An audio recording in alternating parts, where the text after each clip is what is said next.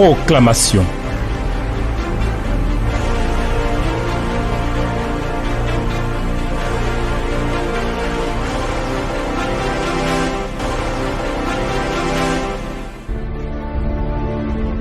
Tu es le Dieu des cieux, tu es le Seigneur des seigneurs.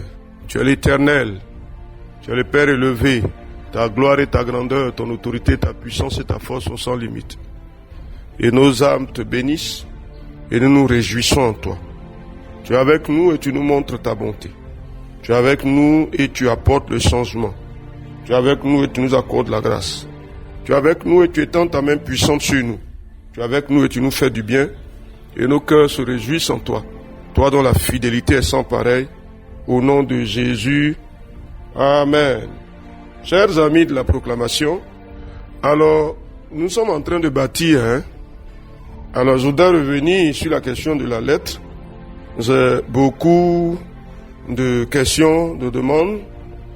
La lettre, c'est un message qu'on adresse à l'Éternel dans une lettre que nous écrivons. Dans la lettre, nous mettons ce que nous attendons que Dieu résolve, qui est un vrai problème, qui peut-être nous fait souffrir, qui peut-être nous fait pleurer, qui peut-être nous trouble, qui nous fatigue. Nous écrivons toute l'oppression de l'ennemi qui est devenue pour nous une source d'inquiétude. Nous écrivons cela dans la lettre. Un courrier en bonne et due forme est adressé à l'Éternel, le Dieu des armées, le Dieu vivant, le Dieu puissant. Faites-le, s'il vous plaît, faites-le. Et puis, adressez la lettre à l'Éternel et déposez-la devant l'Éternel. Vous pourrez lire Ésaïe chapitre 36.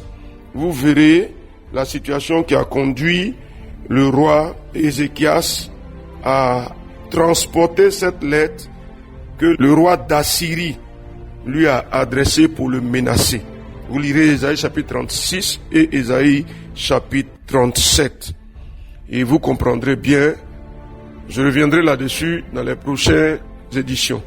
Alors, mais il faut faire cette lettre comme quelque chose qui vous pousse à vous adresser à l'Éternel, parce que vous attendez que Dieu intervienne. Un changement est possible. Alors, je veux que vous croyiez cela. C'est pourquoi aujourd'hui, je voudrais revenir avec vous sur 2 versets dans Ésaïe chapitre 35. Chers amis, frères et sœurs, il faut que tu dises des paroles d'assurance. Il faut que tu dises des paroles, des choses que tu attends que Dieu change en ta faveur. Ésaïe chapitre 35, le verset 1 et le verset 2 que je relis. Le désert et le pays aride se réjouiront. La solitude s'égayera et fleurira comme un narcisse. Elle se couvrira de fleurs et tressaillera de joie, avec des chants d'allégresse et des cris de triomphe. La gloire du Liban lui sera donnée, la magnificence du Carmel et du Saron. Ils verront la gloire de l'Éternel, la magnificence de notre Dieu. Amen.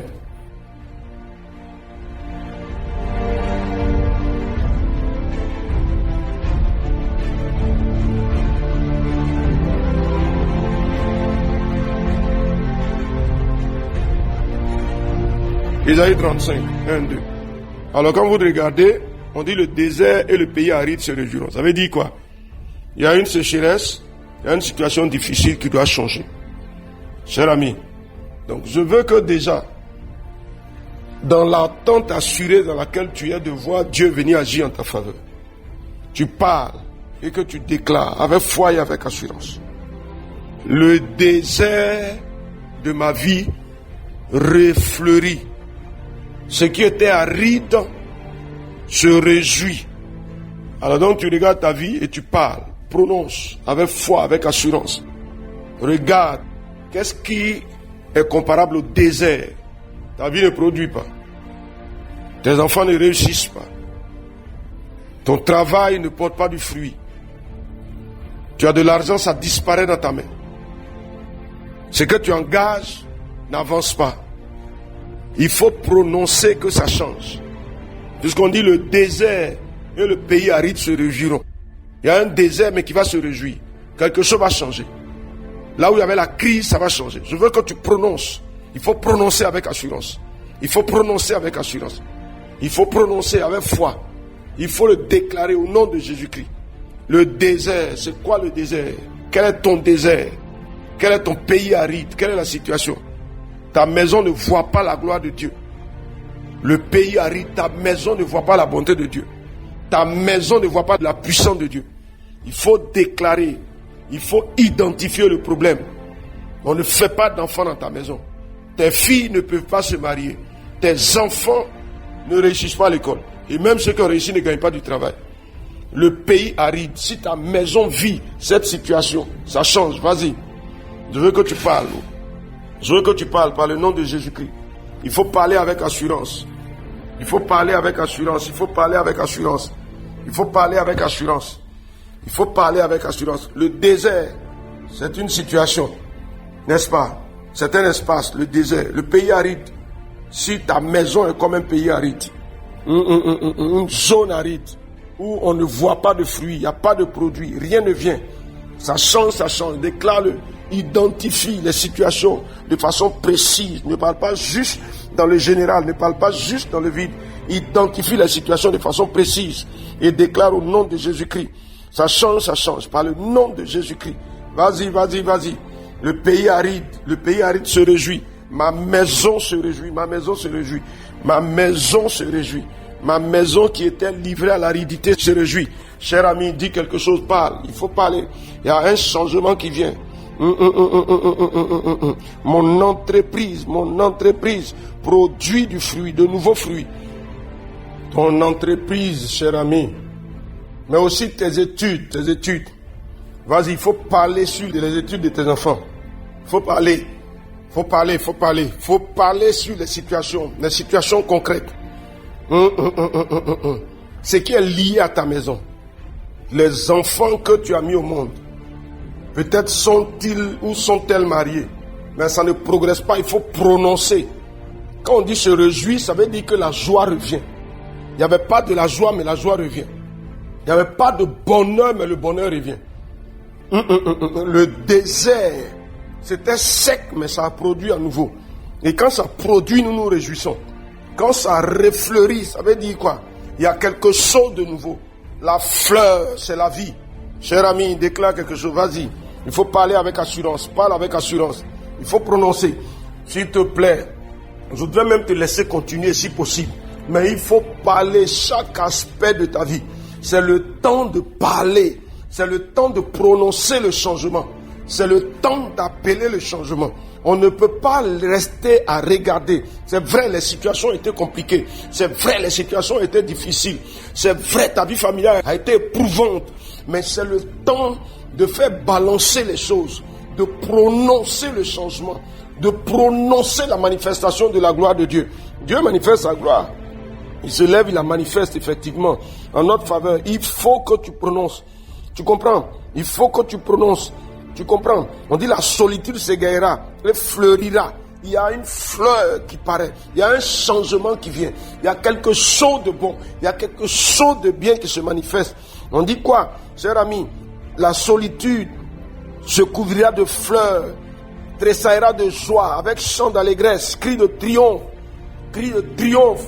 Donc là où on était dans la défaite, on triomphe maintenant. Le diable vous a fatigué. Le diable, les démons, les sorciers, ils ont agi pour apporter le trouble. Mais ça s'arrête. Faut parler sur ta maison, faut parler sur ton entreprise, faut parler sur tes études, faut parler sur ta vie. Ça s'arrête au nom de Jésus-Christ. Il faut prononcer ce changement-là. C'est le temps du changement. Seigneur éternel, c'est le temps du changement. Oh Dieu dont la gloire est grande, c'est le temps du changement. Tu apportes quelque chose de nouveau. Tu apportes un changement, tu améliores, tu transformes. Et nous voyons le prodige divin s'accomplir en notre faveur. La puissance de Dieu qui s'engage en notre faveur. Le changement s'opère. Quelque chose de bon, quelque chose d'agréable, quelque chose de bien. Seigneur, notre histoire prend un autre tournant. Cher ami, est-ce que tu parles avec moi? Ton histoire prend un autre tournant. L'histoire de ta famille prend un autre tournant. L'histoire de ta vie prend un autre tournant. L'histoire de ta maison prend un autre tournant. L'histoire de tes enfants prend un autre tournant.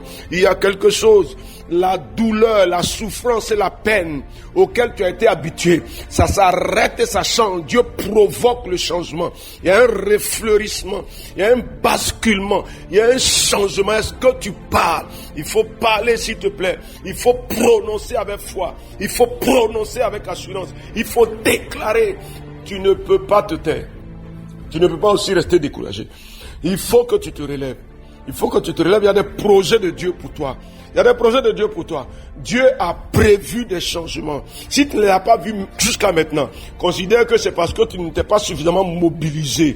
Mais le temps est venu où tu te mobilises. Tu mobilises ton être entier. Peut-être même ta maison tout entière. Pour parler, pour prier, pour proclamer, pour déclarer.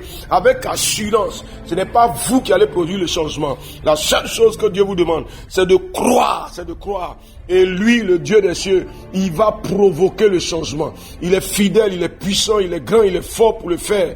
Rien n'est impossible à l'Éternel. Rien ne s'oppose aux actions de l'Éternel. Dieu veut vous faire du bien. Il veut nous faire du bien. Le temps est venu où l'Éternel se lève, où il s'engage en notre faveur. Le temps est venu où le Dieu des cieux lui-même se lève pour marcher en notre faveur. Le temps est venu où la grâce et la bonté de l'Éternel s'engagent en notre faveur. Il faut croire, il faut accepter et il faut parler avec assurance. C'est le temps, c'est le temps. C'est le temps du changement. C'est le temps pour aller devant. C'est le temps pour progresser. C'est le temps pour que les choses soient bouleversées. Les choses qui étaient une source de souffrance, elles s'arrêtent, elles s'arrêtent.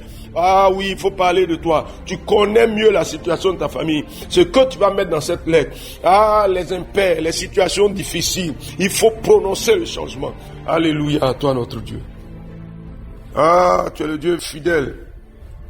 Et nous avons confiance en toi. En ta fidélité, en ta bonté, en ta gloire, en ta grandeur. En ton autorité, en ton règne. Tu es le Dieu du changement. Tu fais passer du désert au refleurissement. Seigneur, les zones arides se réjouissent, s'égayent. Là où il n'y avait pas de fleurs, les fleurs paraissent. Éternel, et tu nous fais triompher. Ta bonté se manifeste efficacement. C'est pourquoi nous nous réjouissons en toi. Béni sois-tu, Éternel. Pour ce que tu engages, tu es avec nous. Et ta bonté se manifeste. Au nom de Jésus. Amen. Nous avons lu Ésaïe chapitre 35, versets 1 et 2. S'il vous plaît. Vous n'avez pas le choix. On ne peut pas laisser tomber. On ne peut pas se résigner. On ne peut pas renoncer, passer le temps à pleurer. On est fatigué de pleurer. Quelque chose doit changer. Et Dieu fait changer les choses. Grâce et paix sur vous. Et on se retrouve la prochaine fois sous le regard des grâces du Seigneur. Au nom de Jésus. Amen.